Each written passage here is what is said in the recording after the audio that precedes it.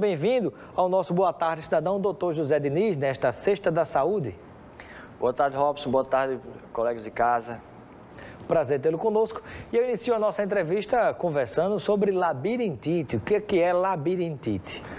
Labirintite, Robson, é um termo muito usado pela população em geral, porque quando a pessoa tem uma tontura, ela já tem esse diagnóstico de labirintite. Eu estou com labirintite, né? Isso. E o nome labirintite, na realidade, é um termo técnico para inflamação do labirinto. O que é o labirinto? O labirinto é uma estrutura que a gente tem dentro do nosso osso, do osso humano, que ele tem como se fosse Que fica dentro labirinto. do ouvido, é? Dentro da orelha, exatamente. Sim. E ele é como se fosse um labirinto, tem um líquido dentro dele que percebe movimentações da cabeça, não é? E quando a gente tem alguma doença, algo não está bem, a pessoa sente a tontura, né? Então, Se tiver um pedreiro nos ouvindo agora, ele vai dizer que é o nível, né? Tem aquele nível que você bota para bater, o nível, né? Uma bolinha de água, né? Se está desnivelada, a bolinha vai para lá e para cá. Então, seria mais ou menos isso dentro do ouvido? Exatamente. Olha, muito obrigado. É isso aí. Excelente. Então, esse líquido, cada vez que a gente mexe a cabeça, né? Esse líquido dá informação para a gente, que a gente está mexendo a cabeça. E quando a gente está no elevador, por exemplo, que o elevador sobe e desce, é esse movimento, né, feito pelo labirinto que a gente percebe que o elevador está se mexendo. Então, quando a gente está, por exemplo, no ônibus, né, e que para um outro ônibus do nosso lado, e a gente vê que o ônibus de lá andou e o nosso não, dá aquela sensação estranha, né? De mal-estar. Aí o corpo está dizendo assim, o labirinto está quieto, né, você está quieto, mas o olho está dizendo mexeu. Tem uma coisa se mexendo e você não se mexeu. Então, esse conflito de informações, a gente sente tontura. Tem gente que passa mal, até vai a vômito, né? Pois é, e tem gente que às vezes está no carro, colegas meus, já aconteceu isso, eu dirigindo, por exemplo, aí a pessoa caiu uma coisa no chão, no banco do passageiro, a pessoa foi se abaixar para apanhar, aí tem uma tontura. Muito comum idoso. Idoso é muito comum ter essa sensação de desequilíbrio ou de tontura que dura segundos. Quando ela vai pegar alguma coisa no chão ou pegar algo em cima do armário, tem a tontura sem sintoma auditivo nenhum, né? E que é autolimitada, né? Essa tontura específica do idoso a gente chama de vertigem, que é a tontura que roda, postural, porque é a postura que faz a pessoa ter, né? Paroxística, porque dá e passa rápido, e é benigna, porque é autolimitada. Mas, às vezes, a pessoa fica muito incomodada com essas tonturas. E o otorrino é o profissional que ele consegue fazer algumas manobras, né? E que consegue pôr no lugar essas otorrinas. Esse líquido. Então, eu trouxe aqui para mostrar. Então, dentro do vídeo a gente tem... para o telespectador, né? Umas dá pedrinhas. Dá para focar aqui?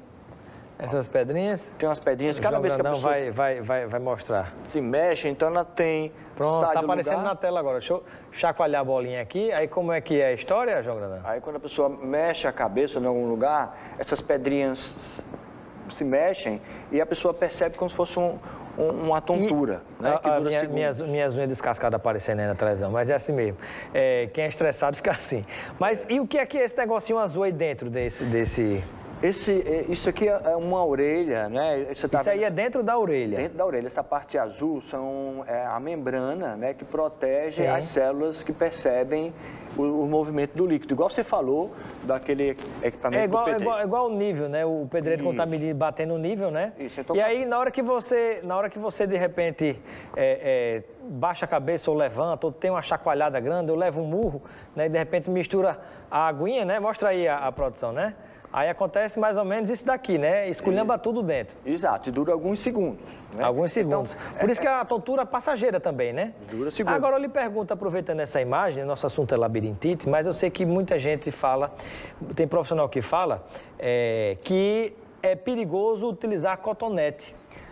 E aí eu gostaria de saber, na hora que a gente bota o cotonete no ouvido, ele bate aonde aí nessa imagem? Não chega a isso. Aqui não chega aí não, é lá para dentro mesmo, né? É, lá dentro. Isso aqui, esse líquido, na realidade, ele se confunde com o líquido que tem dentro da nossa cabeça. Dentro da cabeça com mesmo? Com líquor, né? Então, as pessoas que têm labirintite também têm meningite. Então, essas pessoas... E aquela parte que tem parecida com um caracol aqui, é o quê? Essa parte aqui é a cóclea, que ela recebe a audição. É ela que recebe a audição, né? Isso. Quando a pessoa usa um aparelhinho auditivo, ele encaixa aqui. Por isso que não, que se chama implante coclear. Ah, é sim, é verdade. Né? O implante coclear é aí. É aqui nesse cantinho, né? O ouvido biônico, né? Ouvido biônico. É interessante que no Rio Grande do Norte a gente faz esse implante coclear, tem mais de 100 pacientes colocados e é praticamente 100% pelo SUS, né? Ah, o SUS pois que paga todo esse pelo tratamento. SUS? Muito Isso. bem. E tem pergunta do telespectador chegando já. Alan de São Rodrigues. São Rodrigues, é isso? Lá em Parnamirim. Ah, muito bem. Ele quer saber qual é a diferença entre enxaqueca e labirintite e se tem alguma relação uma coisa com a outra. Boa pergunta, tem sim. A enxaqueca, quando a gente é jovem, geralmente a gente sabe que vai ter, tem uma áurea. O paciente diz, eu sei que vou ter dor de cabeça, né? Quando eu tenho algum contato com algum cheiro, com alguma luz, eu percebo que vou ter a dor de cabeça, eu preciso de um lugar escuro, silencioso, para passar a tontura, né? A dor de cabeça. Com o tempo, às vezes muda de forma. A enxaqueca não tem mais a dor de cabeça, mas a pessoa continua tendo, ele sabe que vai ter a tontura, ele sabe que vai passar mal, ele tem a tontura, dura horas igual a enxaqueca, e ele melhora com silêncio, com o escuro, com a calma, e daí passa. Então, a enxaqueca pode mudar de forma, né? E parecer sem a dor de cabeça e com a tontura. Muito bem. E o tratamento é o mesmo, é tentar descobrir o que faz aparecer a enxaqueca, né? Tem alguns medicamentos que a gente passa, o neuro também passa, e que mudança da vida, de fatores, como por exemplo, tem que dormir bem.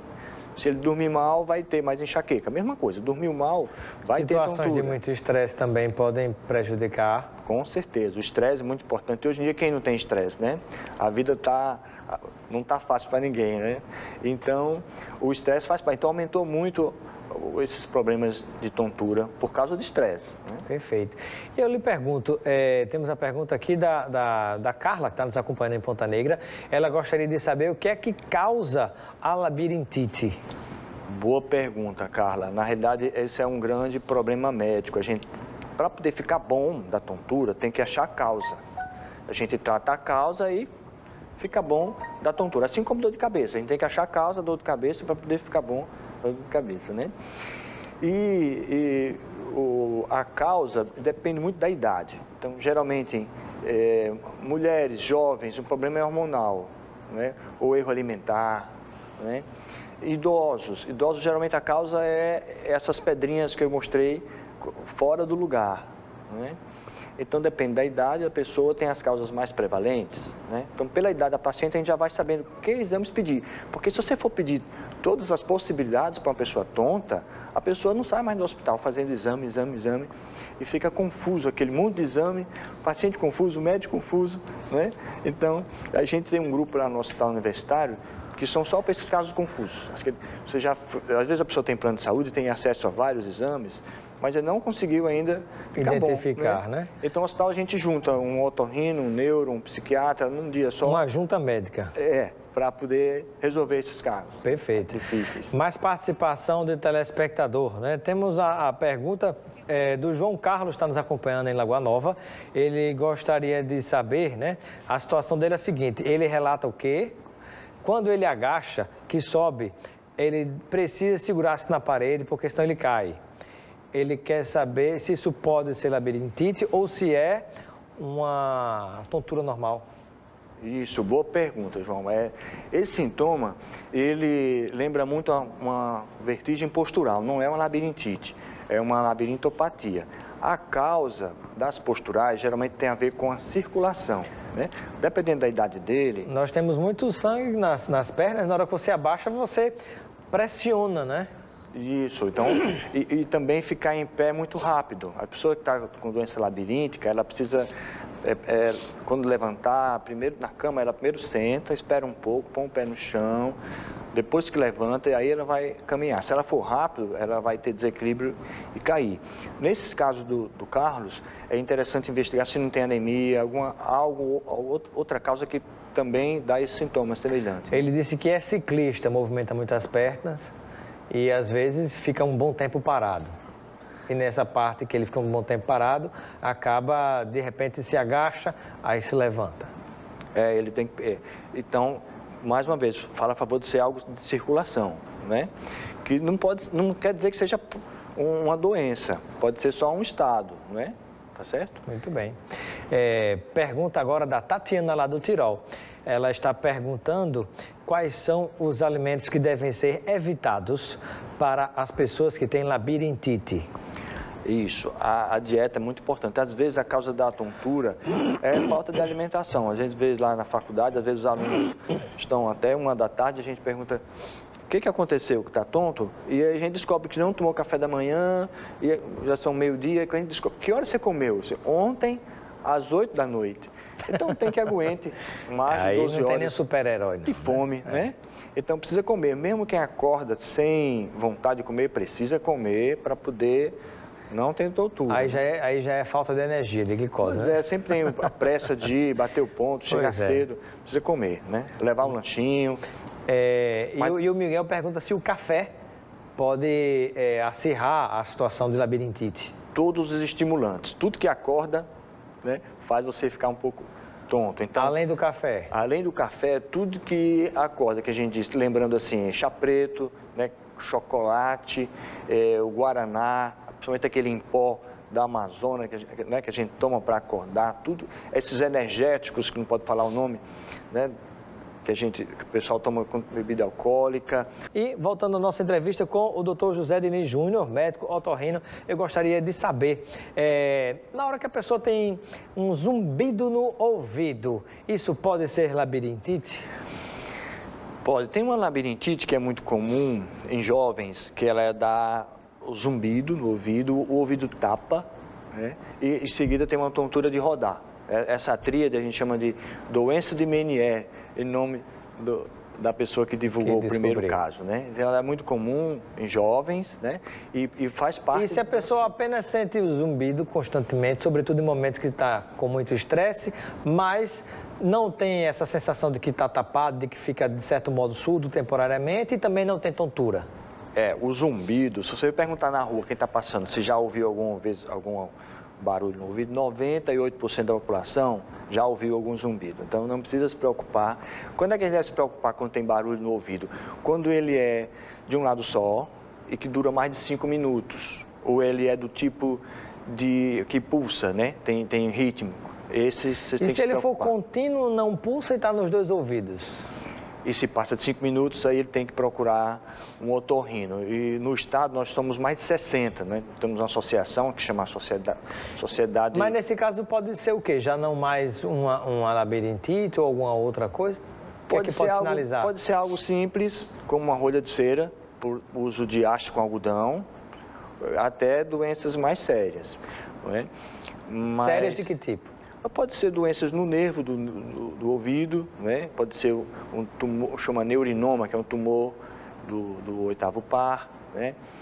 Pode ser a própria doença labiríntica, né? O Meniere, que dá esse zumbido. E tem uma pergunta do Marcelo, que está nos acompanhando em Lagoa Nova. Ele diz que em situações de muito estresse, num certo dia ele acabou ficando surdo de um ouvido, isso nunca mais voltou. E o médico na ocasião disse que foi por causa de uma alta situação de submissão ao estresse que ele teve. Isso procede? Olha, a surdez de um lado só, ela é uma urgência da otorrino, a gente chama de surdez súbita, né? Ela não é tão rara, né? E qual é o nome? Surdez súbita. Súbita. E a gente sempre procura investigar se não tem algo mais sério dentro do sistema nervoso central, se não é um derrame, algo desse tipo, né? Mas é uma urgência nossa, a gente precisa achar a causa para poder ficar bom, mas mais de 20% das vezes a gente não encontra a causa. E aí não fica bom. E não fica bom. Graças a Deus, com um ouvido só, você consegue ter uma vida normal, né? Não vai perceber tanto, né? É diferente de cegueira de um olho só, né? Com a cegueira do olho só, você percebe, né? um monte de atividade. Muito bem. Pergunta do Gerdison, lá de Macaíba. Um abraço, amigos de Macaíba, terra de Alta de Souza. Ele disse que não consegue se concentrar e tem tonturas regularmente. Ele quer saber se isso tem a ver com labirintite, a falta de concentração. Boa pergunta. A falta de concentração com a pessoa com a doença labiríntica não tem como se concentrar não, né? A gente classifica a tontura um dos critérios é se muda a sua agenda, né? Tem gente que consegue contornar e não faz mudanças na agenda. Convive com aquilo, né? Outras precisam parar o que está fazendo, né? Até contornar a sua tontura. E para isso tem os otorrinolaringologistas, que nós somos mais de 60 pelo estado, e que a gente tem praticamente uma boa parte dele atende pelo Sistema Único de Saúde, e você vai na unidade básica de saúde, né? Conta a sua história para o médico da medicina de família e comunidade, e ele pode ser que ele resolva o seu caso. Se precisar, encaminha para o otorrino pela rede SUS. Perfeito. Eu quero mandar um abraço aqui para os otorrinos, doutor George Rego, por acaso, meu primo, que é médico otorrino. Um abraço, George, é um grande profissional. Um abraço também para a doutora Mônica Carvalho, que é otorrino. E quem mais, deixa eu lembrar aqui, doutor Pedro Cavalcante. Conheço um bocado de otorrino, é a turma gente boa. Então, eu quero agradecer a sua participação no nosso Boa Tarde, Cidadão. Doutor José Diniz Júnior, seja sempre bem-vindo ao nosso programa. Obrigado pela oportunidade. Antes da sua despedida, quase que eu me esqueço, rapaz, da sua cesta. Receba a cesta de produtos Lucena aqui para você aproveitar com seus amigos e familiares. Eu adoro, muito obrigado. E obrigado pela sua presença também. Muito obrigado.